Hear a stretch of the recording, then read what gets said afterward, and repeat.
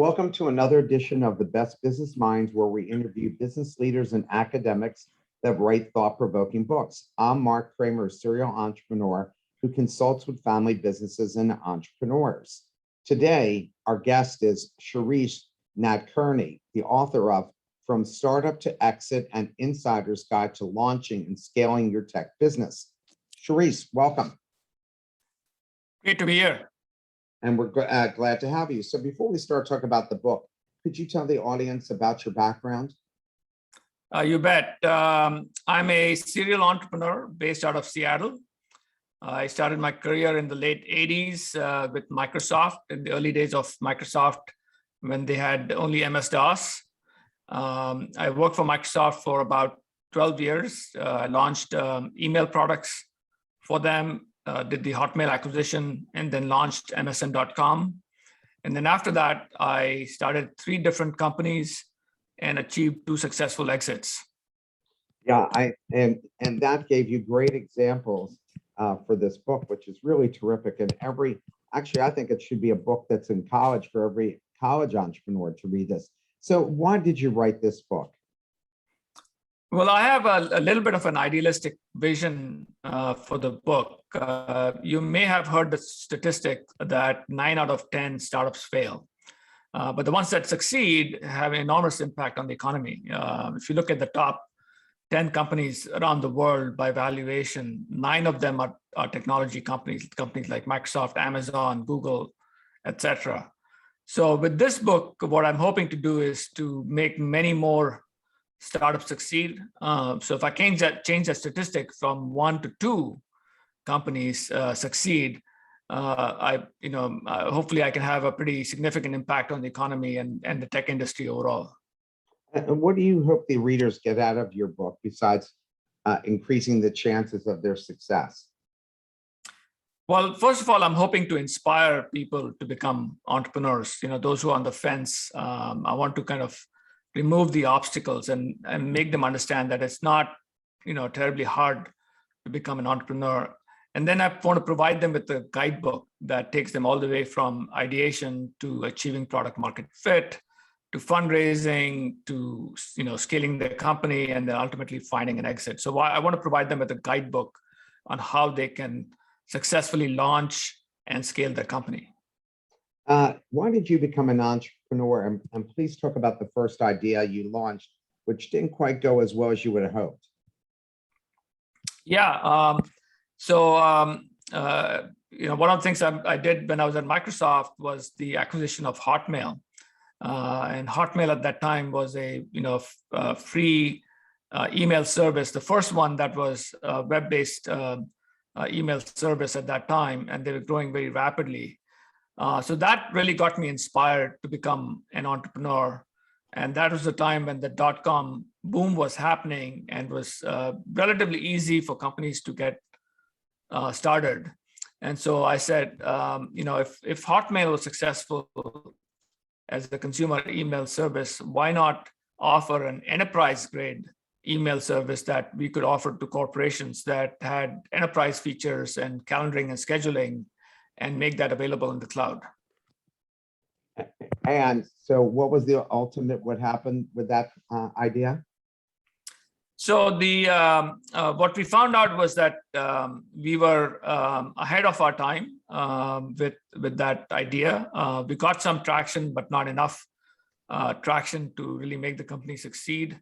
And then we decided to pivot that solution to a mobile email solution. This was in the early days of BlackBerry. This was in the early 2000 timeframe, and BlackBerry was just getting started. And we felt that we could take our technology and make it available on commodity phones, which were getting connected to the internet at that time. And so we pivoted into providing a mobile email solution, and ultimately that became successful. And the company was acquired by BlackBerry, and the technology we developed became known as BlackBerry Internet Email, which scaled to about 50 million BlackBerry users. Wow! Congratulations. Yeah, thank you. You mentioned something very interesting. That is building a product ahead of its time.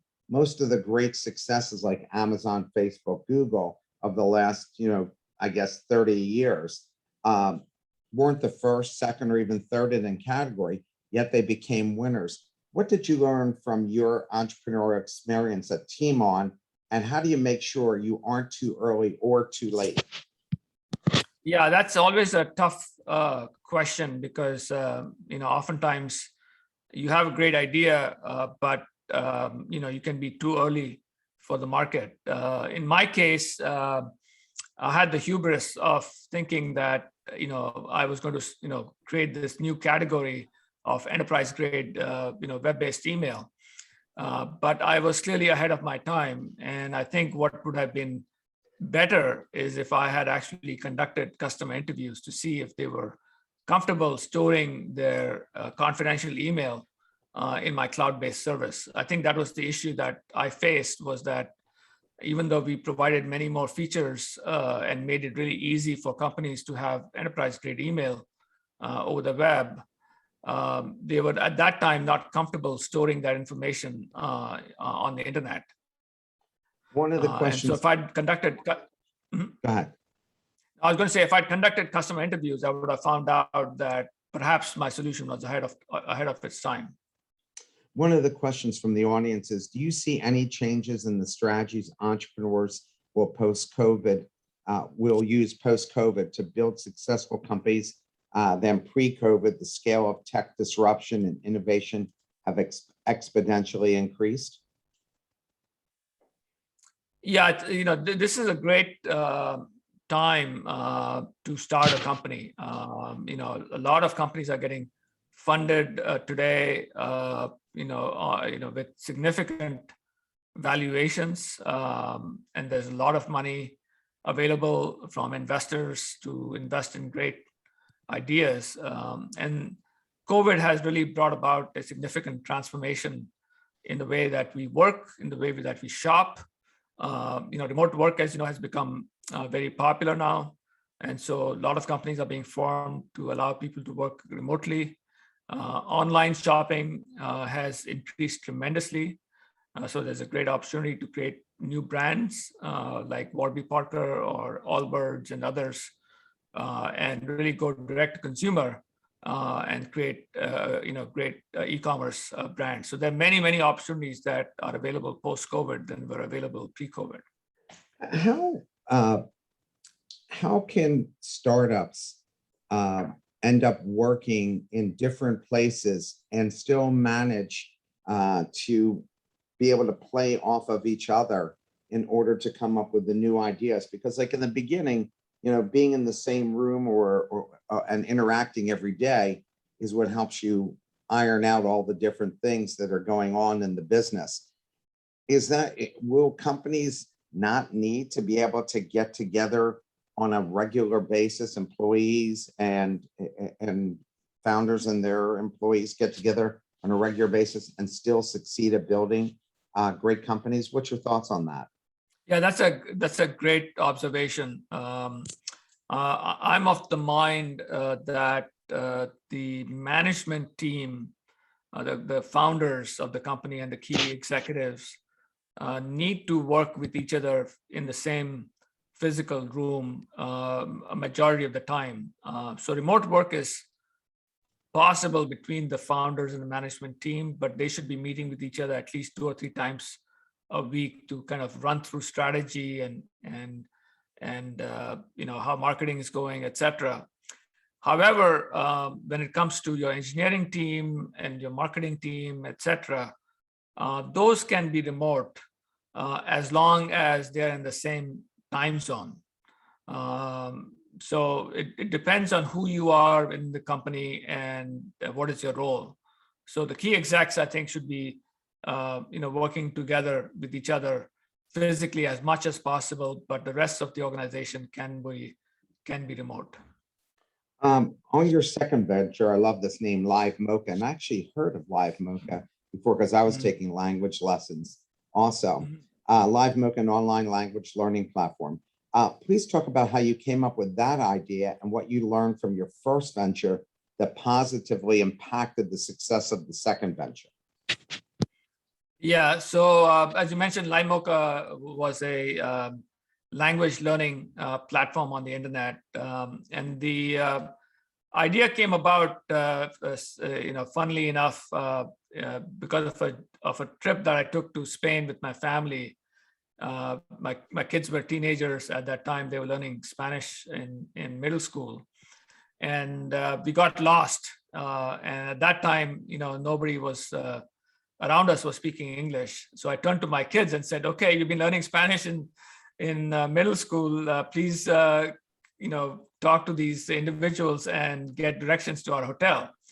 And surprisingly, they really could not carry out the conversation to save their lives.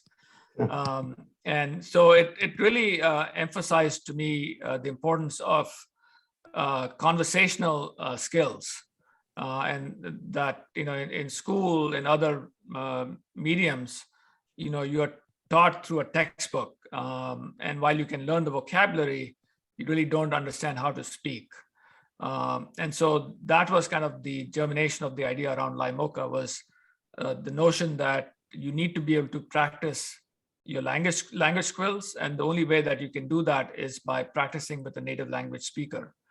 And the idea behind LIMOCA was that not only would you learn the language through instruction, but that you would be connected with native speakers around the world who would teach you that native language, and you could converse with them and practice your language skills.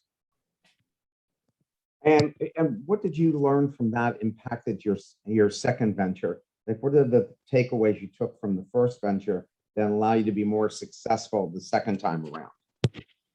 Yeah, so with the first venture, as we discussed, I had not really done any significant market research, and was surprised to find out when customers did not really adopt my solution. So with the second time around, even though I knew that language learning was widespread and a pressing need in many countries, I conducted a significant number of interviews with potential customers to see if they would embrace a solution like LIMOCA. And then we quickly built our solution. Before we launched it, we did extensive usability testing with customers to make sure that what they were telling us in the interviews, they were telling us this, hey, this would be a great solution. Was that really happening in practice, where people actually using the solution? And we got a great response. And so that gave me the confidence that we could go out and build it further and then launch it into the market. One of the questions from the audience goes back to your first venture, which is, could you elaborate on the Hotmail acquisition? What did you go through and so forth? Yeah, you bet. So this was in the 1997 timeframe. I was at Microsoft and working on MSN, MSN.com, and one of the things that we were lacking at that time was an email offering. And email to us was very strategic because it's a very sticky application, right? You use it multiple times a day, if not every day. And so we could have built that solution internally, but at that time we discovered that Hotmail was becoming a very popular web-based email service. They were adding about 1 million users a month at that time. And so I decided that it would be better for us to do an acquisition and get that product into the market as quickly as possible, especially because we were behind other competitors like Yahoo and other web-based portals. And so I had to work really hard to convince Bill Gates to make that acquisition, because we ended up paying $400 million for a company that was doing 2 to 3 million in revenue. But we felt it was very strategic for us to make that acquisition. So it took quite a bit of convincing internally, but ultimately, even at that price, it turned out to be a great acquisition for Microsoft. I think a lot of entrepreneurs wonder, what's the math that goes behind something like that? Because when Facebook bought WhatsApp, they bought it for $19 billion, like $4 billion in cash and the rest in stock. How do you guys come up with math for something that's only doing $2 or $3 million in revenue to pay $300 million? Because we'd all like to come up with that idea. Yeah, so really it's what the market is willing to pay. And at that time, Hotmail was growing so rapidly, and then you had the dot-com boom going on, where companies were going public at huge valuations. Hotmail at that time had a choice of going public, at a 600-700 billion dollar valuation. Those were crazy valuations at that time, and so we could offer less than 600-700 million because there was certainty of getting the Microsoft stock and the value that accrued from the Microsoft stock versus going public and then later on having a stock take a dive. And so we were able to convince the founders to go through an acquisition with Microsoft with the certainty of getting Microsoft stock and the value it provided. But we had to end up paying a significant amount because we knew that the alternative was to go public at a $600-700 million valuation. Interesting. What was the process you went through to evaluate your ideas? And after going through it, what do you recommend other entrepreneurs do? So I certainly recommend doing customer interviews and doing early testing of your solution. And one of the things I recommend is when you go talk to customers, don't even talk about your solution first.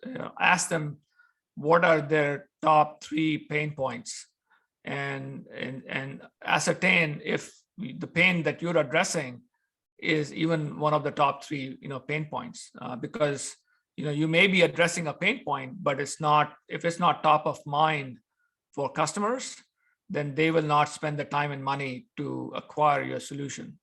And then you need to understand how deep is the pain point, what are they doing to address that pain point. Typically, if they're cobbling together a solution internally, that's a great indication that that's a significant pain point, that they even took the effort to actually build their own solution. And then test your value proposition and solution with the customer. And once you've done that, then build a prototype of your product and actually test that with your customers. Bring them into the office, have them use it, see how they're using it, and really understand if your solution is addressing their pain point. So that's the process that I followed with Limoca, and that's the process I would recommend for entrepreneurs. How long do you let somebody beta test your product before you start charging them? It really depends on the solution, how complicated it is, and how much time it takes for them to get on board and so forth. But I think most people should not take more than 1 or 2 months to really beta test a product. And what you need to do in that period of time is really understand the user flow, how are they using the product, what issues they're running into, etc. But I would say a good 1 or 2 months is enough to, and then you need to force the customer to buy a product, and if they don't, then take it away, because then you'll really know if you have achieved product market fit. And if they don't complain when you take the solution away, then you know that you have some work to do to really convince customers. What's the biggest mistake entrepreneurs make during the beta testing process? Well, it's not just the beta testing process, but the biggest mistake that entrepreneurs make is the mistake that I made, which is a lot of times entrepreneurs are technologists.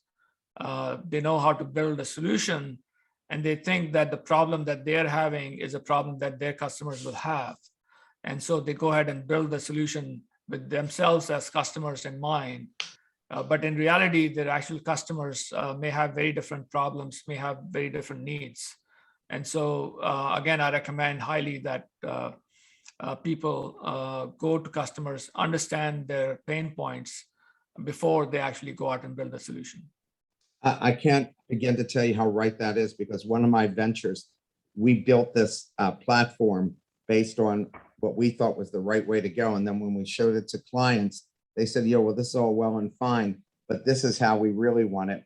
And if we had talked to them from the beginning, it would have saved us months and a lot of money. from building it. So the second time I did a platform, I actually involved all of the potential users in the actual design of it. And now we're just launching it and starting to get some traction. So yeah, I have to support that experience as well. How do you spot trends? Do you read specific magazines, listen to podcasts, read investor research, go to trade shows? What's your advice there? Because some people don't have an idea of themselves, but they want to be an entrepreneur and they want to find something that they think that people want. Because all my ideas basically came either from reading or experiencing. But what do you suggest?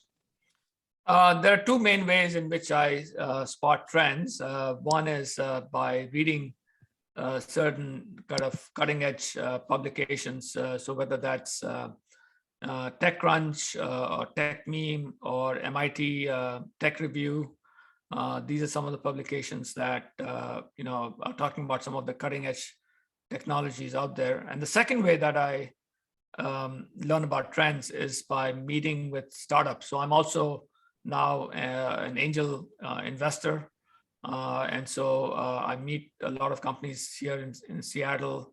There are a number of accelerators here as well, such as Techstars, where they have demo days. And so I attend those demo days to see what new technologies are being adopted.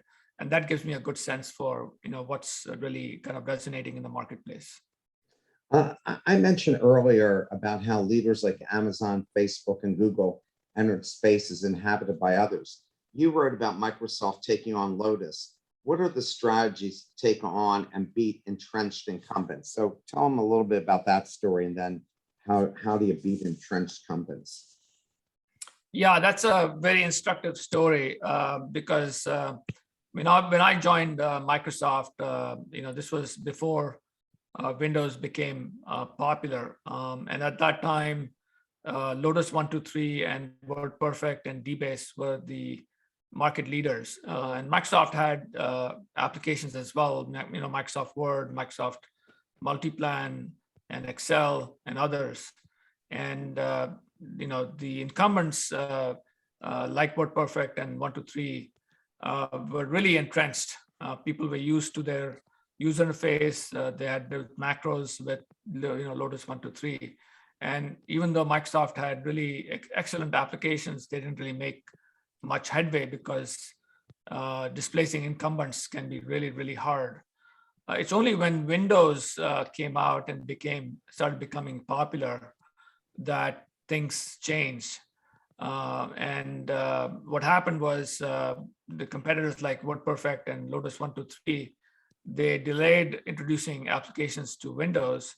And then when they did introduce applications for Windows, they simply ported their DOS applications, and they were not really good Windows applications. Whereas Microsoft took advantage of the introduction of Windows and obviously built Word and Excel from the ground up to really take advantage of Windows capabilities and graphical user interface. And slowly over time, the Microsoft applications became more popular because they were the best, Windows applications, in addition to being the best word processor and Word and spreadsheet. And then Microsoft combined these applications into something called Microsoft Office, which we all know about today. And Microsoft Office became hugely popular. So the key lesson that I learned out of that is that incumbents are very, very hard to displace. It's only, there's a technology to displace incumbents because.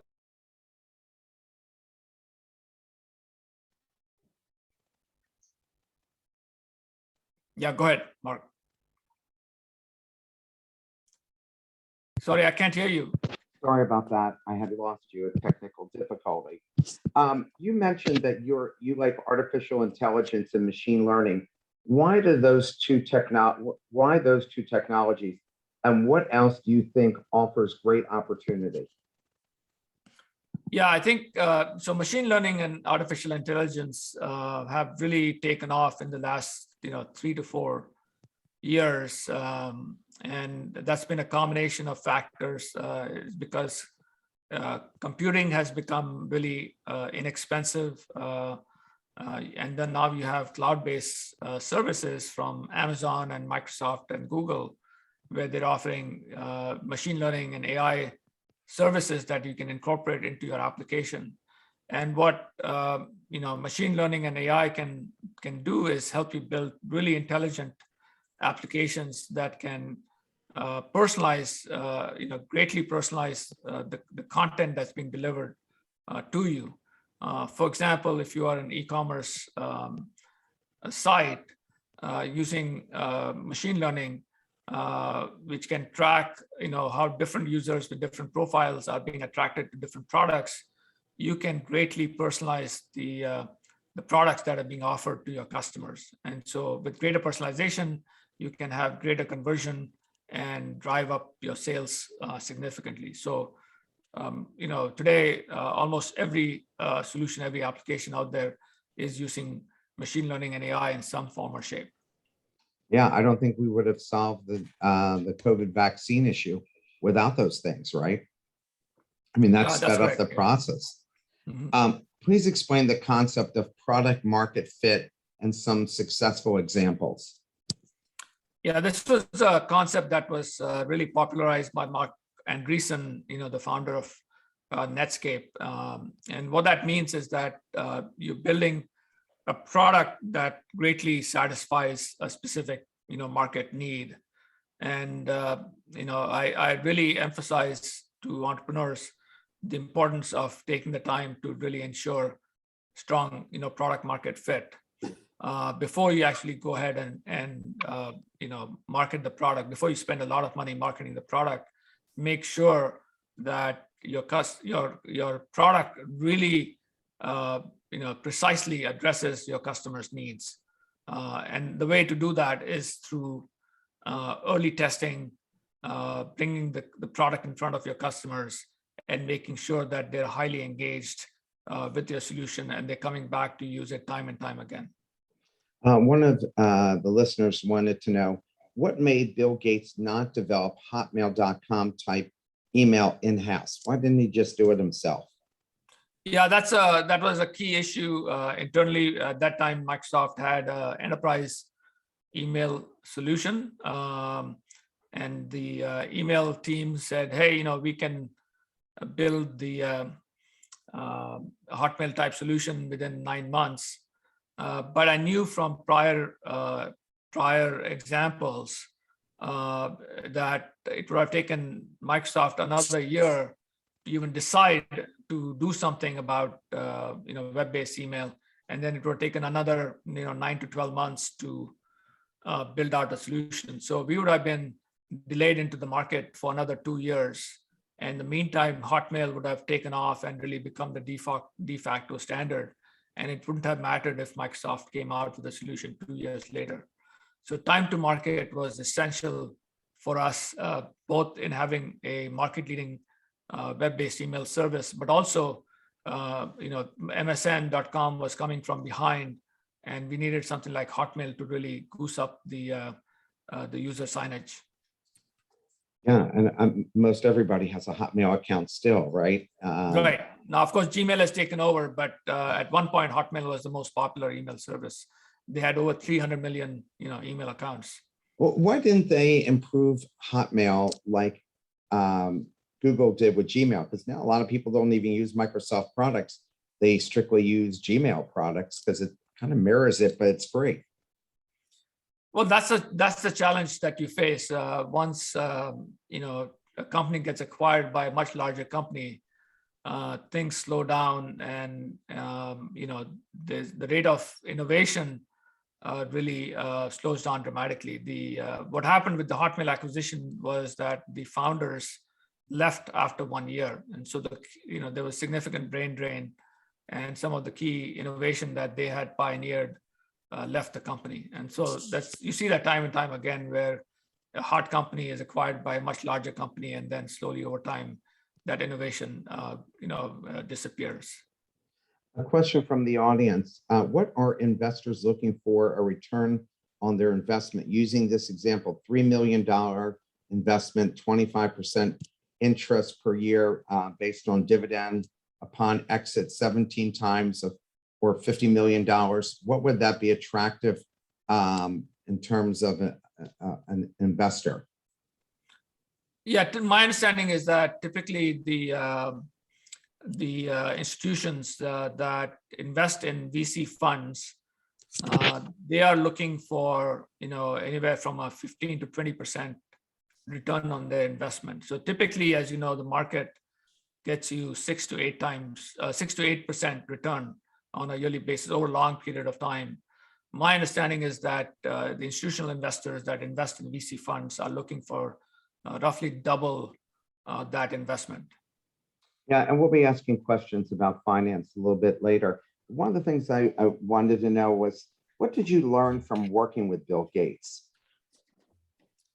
Bill Gates, was an incredibly sharp technologist and a business, person, and a very demanding boss. For every meeting that we had with him, we would spend weeks preparing for the meeting, and because we knew that he was incredibly sharp and would ask great, questions, and he was not very patient as a listener. If you didn't, have the answers, he would let you know that pretty quickly. And so while that was not very pleasant, going into a meeting with Bill Gates, it really kept us on our toes and made sure that we were applying our best minds, our best ideas in winning against the competition. So he was always very focused competitively. He would take the time to understand the competition, and he would take time to read our memos. So before a meeting, we would write a memo kind of explaining how we were addressing the market, what we saw as the market needs, and how we would beat the competition. And he would actually take the time to really understand what was going on. And he had amazingly, incisive questions for us. From working with him, you really got a good discipline, and that's probably what helped you be successful. Were the things you took away from working with him that you say, I definitely don't want to do it this way? And it still might have been right the way he did it, but you felt like, hey, in order for us to be successful, I think some of the things that I learned at Microsoft, I don't want to necessarily carry over to my own companies. Any of those things that you learned? Yeah, certainly. I think, I didn't want to emulate Bill Gates or, Bill Gates and Steve Jobs, also very, very similar personalities. Where they didn't have, they would not suffer fools. And so I don't have that kind of personality, but the key lesson I took away from Microsoft was, creating a competition for ideas. So making sure that even when we were discussing ideas, that anyone, regardless of their level, could chime in, could question what we were doing. And I wanted to make sure that the best ideas came forward and that we would make the best decisions and not make decisions based on, whether it was a VP or somebody else making the contribution. A question from the audience. Does one need to have an MVP prototype to identify product market fit, or can this be attained by conducting interviews? I think you need to do both. First you need to conduct interviews to really understand the pain point and make sure that the pain point you're addressing is something that matters to customers. And then building a prototype on MVP to test your ideas as quickly as possible. So don't invest too much time, don't waste 6 months building a product only to find out that that product that you've built doesn't really address your customers' needs. Spend a month, 2 months at most to build a prototype, and then test that as quickly as possible. So I got the impression you weren't a fan of the minimum viable product, the MVP. Can you elaborate on that? But I have more issue with the terminology rather than the methodology. So I do believe in building something quickly and getting that in front of your customers. But I prefer to use the term minimum delightful product because you only get one shot at at getting customers interested in your product. And if you build something that is barely functional, they may not use the product, and you'll not get any really good feedback. And so what you have to make sure that you are addressing the one or two key things that the customer wants, and that you can delight the customer with those features. So delightful doesn't necessarily mean that the user interface has to be delightful. What I mean is that you're providing certain key features that really address the customer pain point, and that's what really delights the customer. Okay.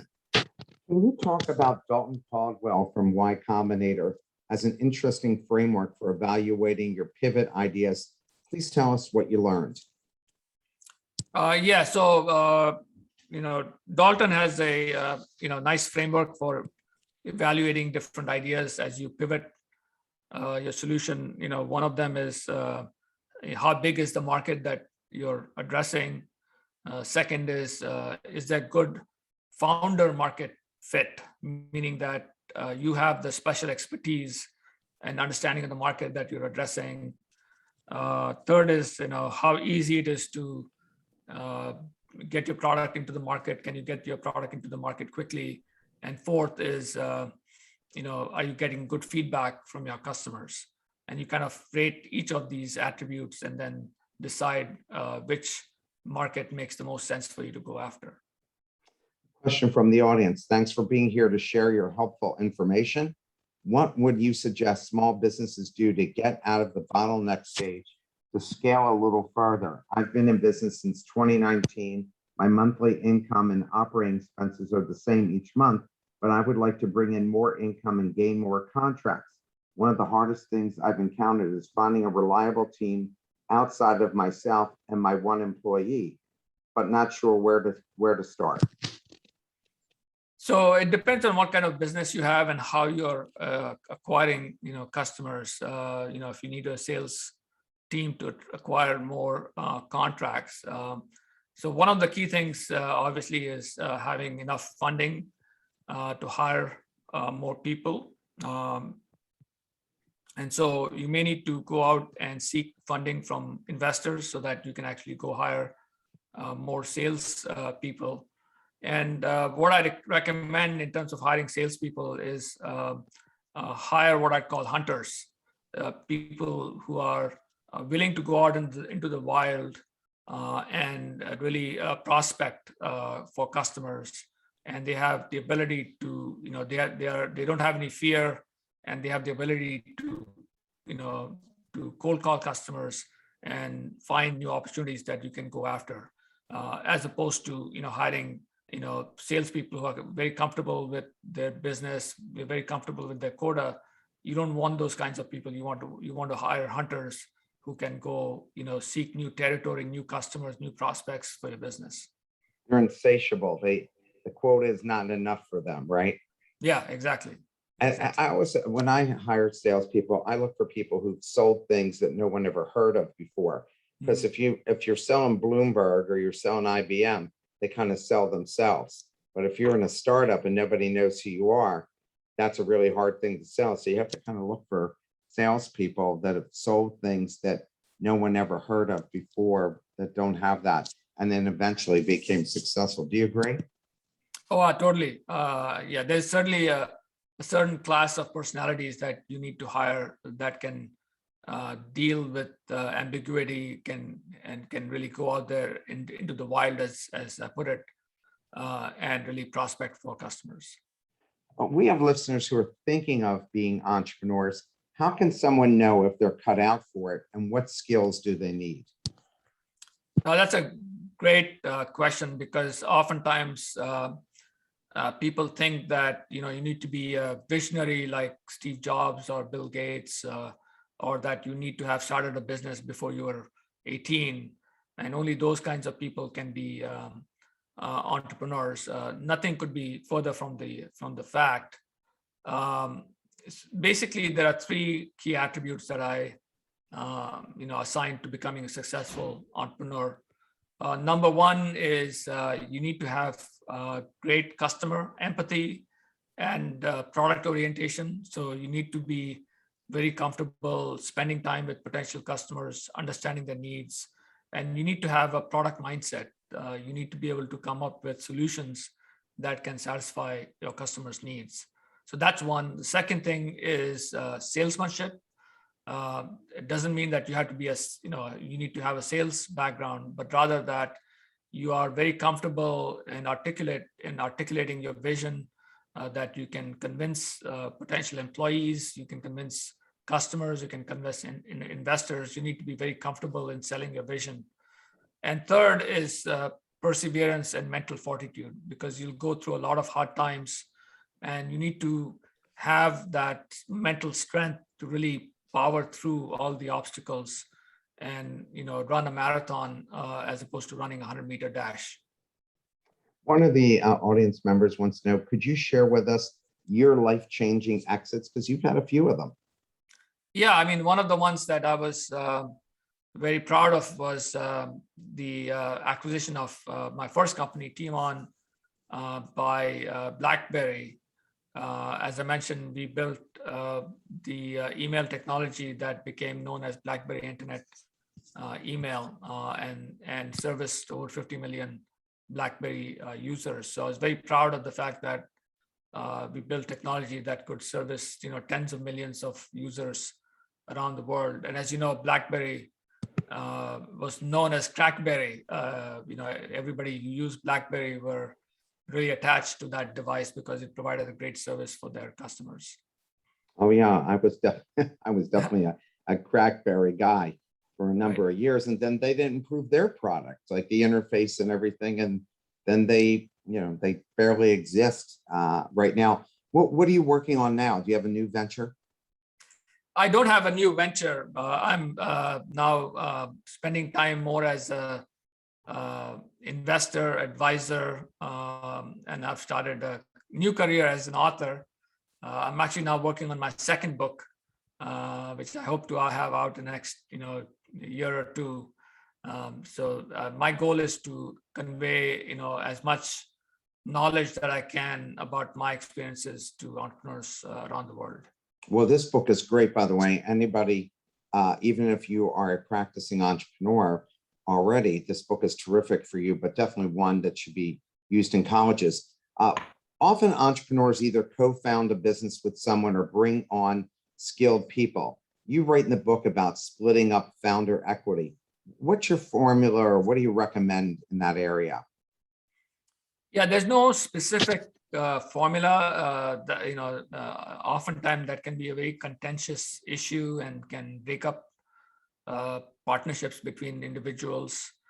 First of all, what I recommend is that instead of using a formula, that you bring on board an experienced person, an experienced investor, for example, an angel investor, and explain to that person what each person brings to the table and have them split up the equity for you, so that it's not one person arguing against the other.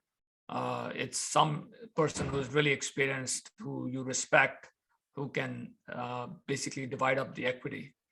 But if you don't have access to such a person, then I do lay out in my book some of the strategies in which you can use to decide how much equity goes to each person.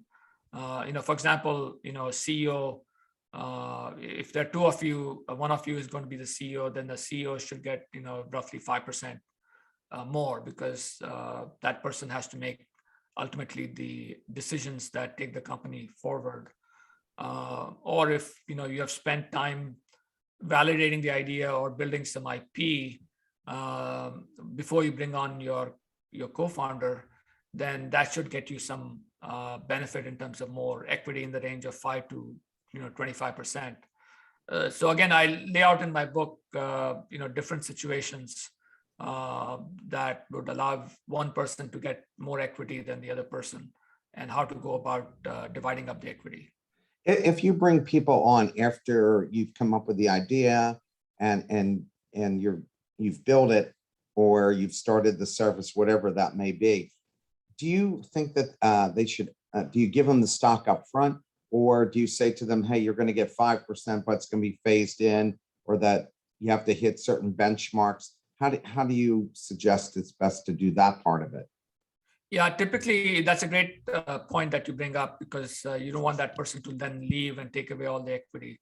So typically what you do is you agree upon the total amount of equity you want to give them, and then it's reverse vested over a 4-year period of time. So you might say, okay, I'm going to give you 30% equity, but you are going to earn that 30% over a 4-year period of time on a monthly basis.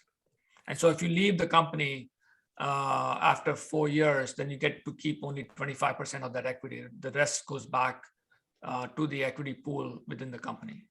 Yeah, I made the mistake of giving a partner, when we started the business, his equity right up front, and then he didn't live up to expectations, and the investors wanted to get rid of him, but we couldn't, and so we ended up shutting down the business. So they liked everything about it. They were willing to put more money in, but they felt he was dead weight, and that was a big problem for us. So I learned that phasing it in makes a lot more sense. One of the biggest problems entrepreneurs raising money have is determining their valuation, because all the time angels are always asking about this. What do you advise? And you write about this in your book. Yeah, valuation can be really, really difficult in the early stages when you don't have really a lot of revenue. Once you have, grown to several million in revenue, then valuation becomes more precise, where it's a multiple of revenue. But in the early stages, it's really a function of how much investors like your idea, what they think of the management team, and how much progress you've made with your product.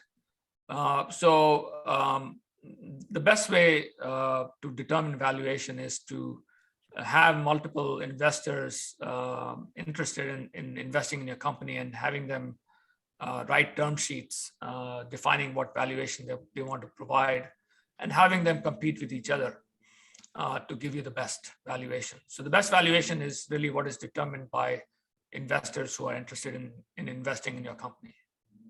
You've raised over 30 million. What's the key to a successful investor pitch, and what mistakes should investors avoid? And now, of course, you're looking at both sides, because now you're also an angel investor. So you're seeing it from both ends. Yeah, I think one of the key things in convincing investors to invest in your company is to really tell a story about your company, and kind of talk about some of the key trends that are enabling your solution to become attractive in the market. So in the case of Limoca, for example, which was the language learning platform, this was in 2007. And the world was going through globalization. And so I painted this picture about how, there was rapid globalization, and the companies were outsourcing their manufacturing, or outsourcing their technology development to other parts of the world. And that, people were really interested in learning English as a result. And so there was a huge demand for learning English in countries like China and Brazil, India, etc. And so I painted that picture for my investors, and that's really what got them interested in investing in Limoca. And what mistakes should they avoid? What mistakes do you see commonly made? That in presenting to investors? Yes. I would say that a common mistake that founders make is really getting to the weeds of the product, Yeah. As opposed to selling an overall story or vision. And they'll spend time convincing them about how all these great features I built, whereas that's really not going to convince investors.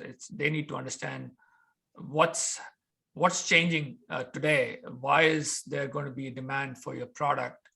what are the key trends that are driving that demand that will make it interesting for me to invest in your company. What criteria should investors use when vetting investors? Because you just don't want to take anybody's money, even if you absolutely need the money, because it becomes a disaster. So because they can, if they don't really understand the business, it's very problematic. So what's your criteria for when vetting investors? Yeah, that's one of the things I emphasize to founders as well, is that investors will certainly spend time trying to vet you and do background checks on you before they invest in the company. And similarly, you should also be vetting your investors to make sure that there's a good fit. So some of the things that I emphasize is one, that the investors should have, especially the ones who are getting on your board, is that they should have either startup experience or deep operational experience. I've not had very good luck working with investors who only have a financial background, because they don't really understand the issues, and they can either provide good advice or they provide bad advice, which can be very dangerous for the company. And the other thing that I look for is, can they bring to bear resources to help the company grow? Can they help you recruit, top management talent? Can they help you get partnerships with companies that can help grow your business? So those are the two main criteria that I use to evaluate investors. A question from the audience, wondering if your advice on a product that is relevant to both B2B and B2C, what are the pros and cons of either route to market in your experience as a founder, as an investor? Would you recommend, would you recommend finding a reliable team outside of myself and my employee, but not sure where to start? Oh, no, wrong. Sorry about that. Went backwards too far.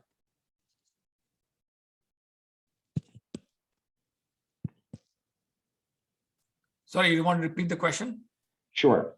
The question is, what are the pros and cons of either route to market in your experience as a founder, and an investor?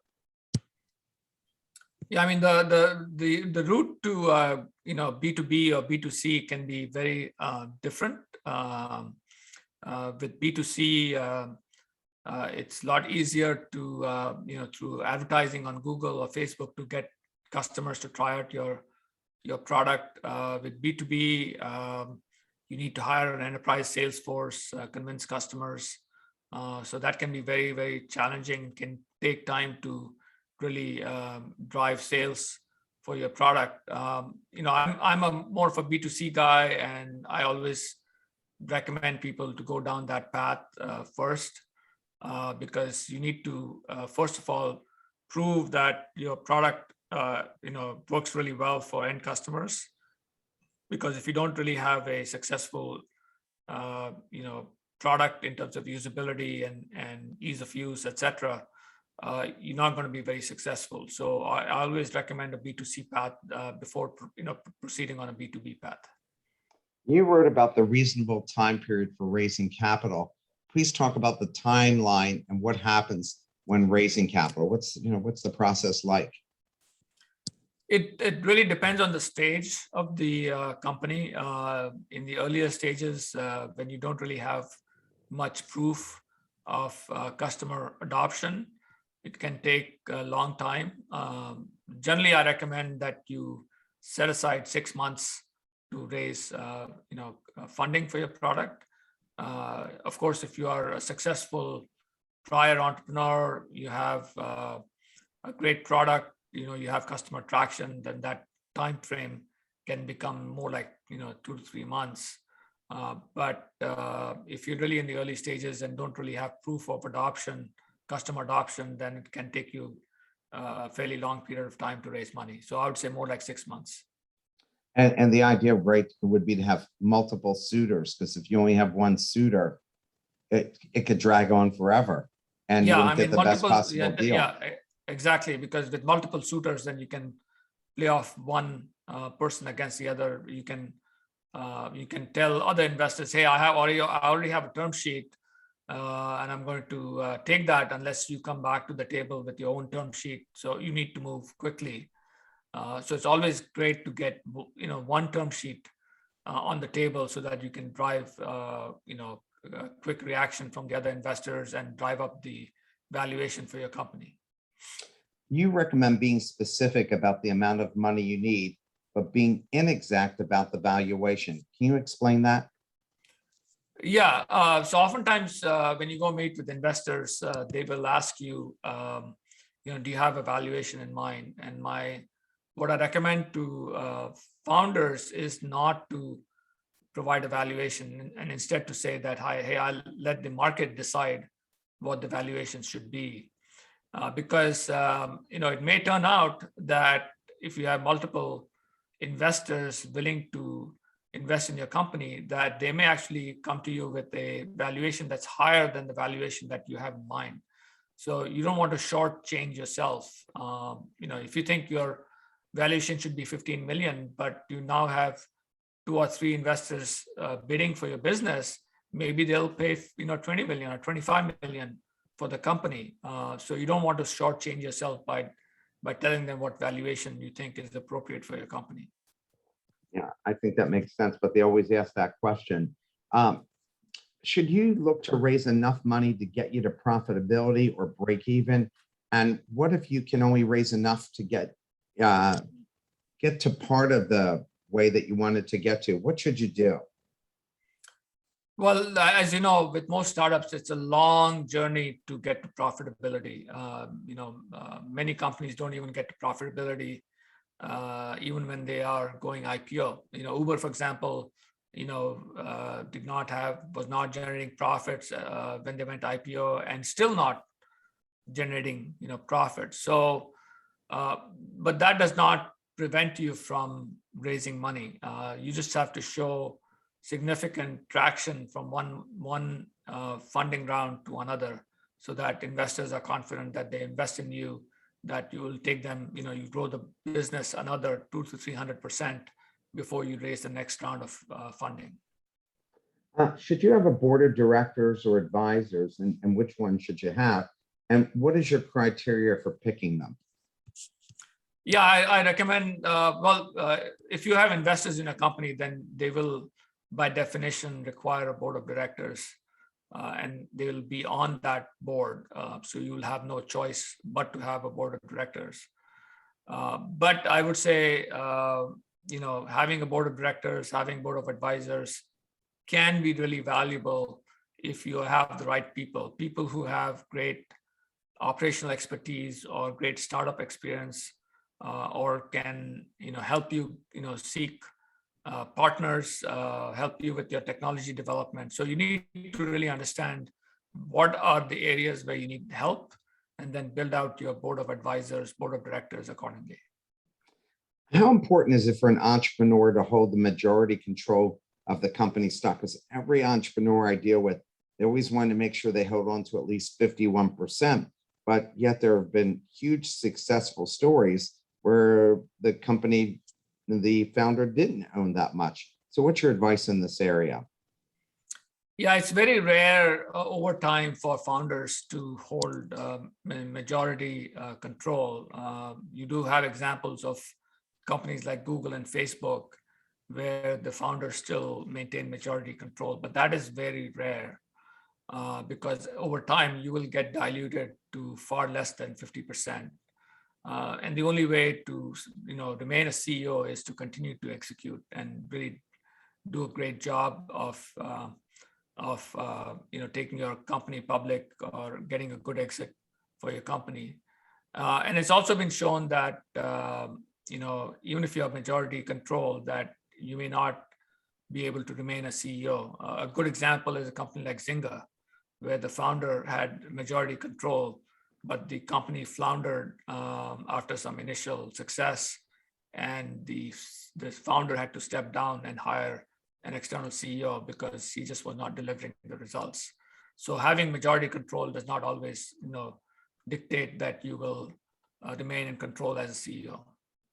Last question. What was your criteria for hiring the right people for a startup? I always focused on hiring the brightest minds. So to me, having great ability, was more important than having great experience. And I wanted to hire people who could span multiple areas of responsibility.